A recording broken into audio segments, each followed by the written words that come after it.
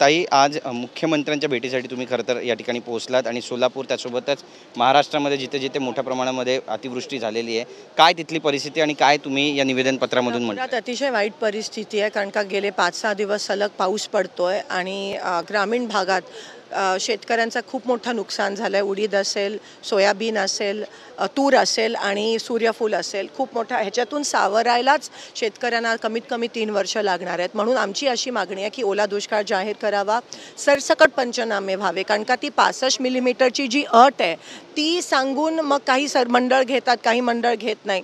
तर ती 65 मिलीमीटरची अट पण रद्द झाली पाहिजे, कारण का जिथे ते रेन गेज लावतात तिथे पाऊस होत नाही आणि म्हणून म्हणतात 65 मिलीमीटर झाला नाही आणि म्हणून पूर्ण मंडळ त्याच्यातून डावळून. तर ती मागणी आहे की ती 65 मिलीमीटरची अट जिथे अतिवृष्टी झाली तिथे रद्द करा, सरसकट पंचनामे करा.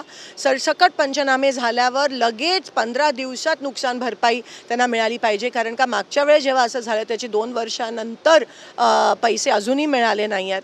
म्हणून ही मागणी आहे. सोलापूर शहरामध्ये ही नैसर्गिक आपत्ती नाही आहे, ही मॅनमेड आपत्ती आहे, कारण का जिथे ड्रेनेजचे पैसे देऊन कोट्यावधी रुपयांची कामं झाली असं दाखवलं गेलं, तिथेच नेमकं पाणी तुंबलं आहे आणि लोक तिथे वाहून जात आहेत, लोकांच्या घरात पाणी शिरलं. अतिशय पूर्णपणे सिस्टीम कोलॅप्स झाली आणि ह्याचं कारण एकच आहे की मागच्या 4 वर्षात ह्यांनी महापालिका निवडणुकाच घेतल्या नाही.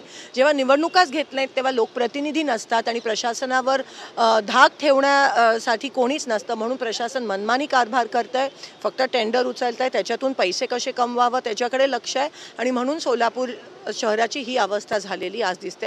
ह्याच्यासाठी पूर्णपणे कारणीभूत प्रशासन आणि जे सत्ताधारीची मिलीभगत आहे हे आहे, ज्याच्यामुळे या सोलापूर शहरात ही अवस्था झाली. काही आश्वासन देण्यात आलेलं आहे किंवा मंत्र्यांचा दौरा त्या ठिकाणी होणार आहे असं सांगण्यात आलंय का?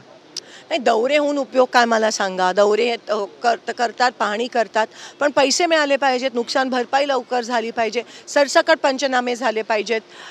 सगळ्यांना त्या ठिकाणी जी कामं प्रलंबित आहे, जिथे जिथे पैसे गेलेत, अमृत योजना असेल, ड्रेनेजची कामं, ती लवकरात लवकर झाली पाहिजेत. आणि नेमकं नाही तर ऐन इलेक्शनच्या वेळेस तुम्हाला बाकीच्या योजना सुचतात, पण शहराचा विकास स्मार्ट सिटी नाही, वाट सिटी झाली आहे सोलापूर. एक राजकीय प्रश्न तुम्हाला विचारायचा आहे. भारत पाकिस्तान मॅचवरून बरेचशी टीका टिप्पणी सुरू झाली, तुम्ही कसं पाहता या मॅचला आणि हँडशेक मुवमेंट जो होता त्याबद्दल काय वाटतं? मुळात मॅच झालीच नाही पाहिजे होती. एकीकडे आपण युद्धात आहोत, ऑनगोईंग ऑपरेशन सिंदूर म्हणतात, आणि दुसरीकडे पैसे कमवण्यासाठी, टक्केवारीसाठी, ॲडव्हर्टिजमेंटसाठी BCCI तुम्हाला माहिती आहे काय आहे तिथे, आणि ती आपल्या क्रिकेटर्सवर प्रेशर आहे. मी लिहून देते तुम्हाला की एकही क्रिकेटरला ती मॅच आपल्या नव्हती. पहिले तुम्ही मॅच खेळवता आणि मग सांगता हँडशेक करू नका. एवढा ड्रामा. आणि आमचे क्रिकेटर काय तुमच्या हातात कतपुतली आहे का? तुम्ही मॅच प्रथम खेळलातच का पाकिस्तानसोबत? नक्कीच. एक शेवटचा प्रश्न आहे. आता निवडणुका लागतील असं बोललं जात आहे आणि त्यामुळे आता जोपर्यंत त्यांच्यासाठी ॲटमॉस्फिअर नीट होत नाही तोपर्यंत निवडणुका लागणार का नाही ही शंका आहे. अजून काहीतरी योजना आणतील, अजून काहीतरी काढतील. 4 वर्ष आधी होणाऱ्या निवडणुका अजून झाल्या नाहीत आणि म्हणून महाराष्ट्रात आज ही परिस्थिती तुम्हाला दिसून येते. पूर्ण सिस्टीम कोलॅप्स आहे आणि पूर्ण लोकशाहीची हत्या, किंवा अजून थोडे EVM हॅक करतील, अजून थोड्या वोटर याद्यांमध्ये अजून 45,000 खोटी, मृत, बेपत्ता नावं घालतील आणि मग इलेक्शन. आक्रमक भूमिका घेईल या सगळ्या? 100% तुम्हाला दिसतंय देशभरात, दिल्लीपासून गल्लीपर्यंत आमची भूमिका आक्रमक आहे. आम्ही लोकांसोबत ठामपणे उभे आहोत आणि आज काँग्रेस तुम्हाला रस्त्यावर उतरलेली दिसत आहे. धन्यवाद बातचीत केल्याबद्दल. तर आपण पाहतो या ठिकाणी आपली भूमिका मांडलेली. कॅमेरा पर्सन मनीष विचारेचा, गिरीश गायकवाड, TV9 मराठी, मुंबई.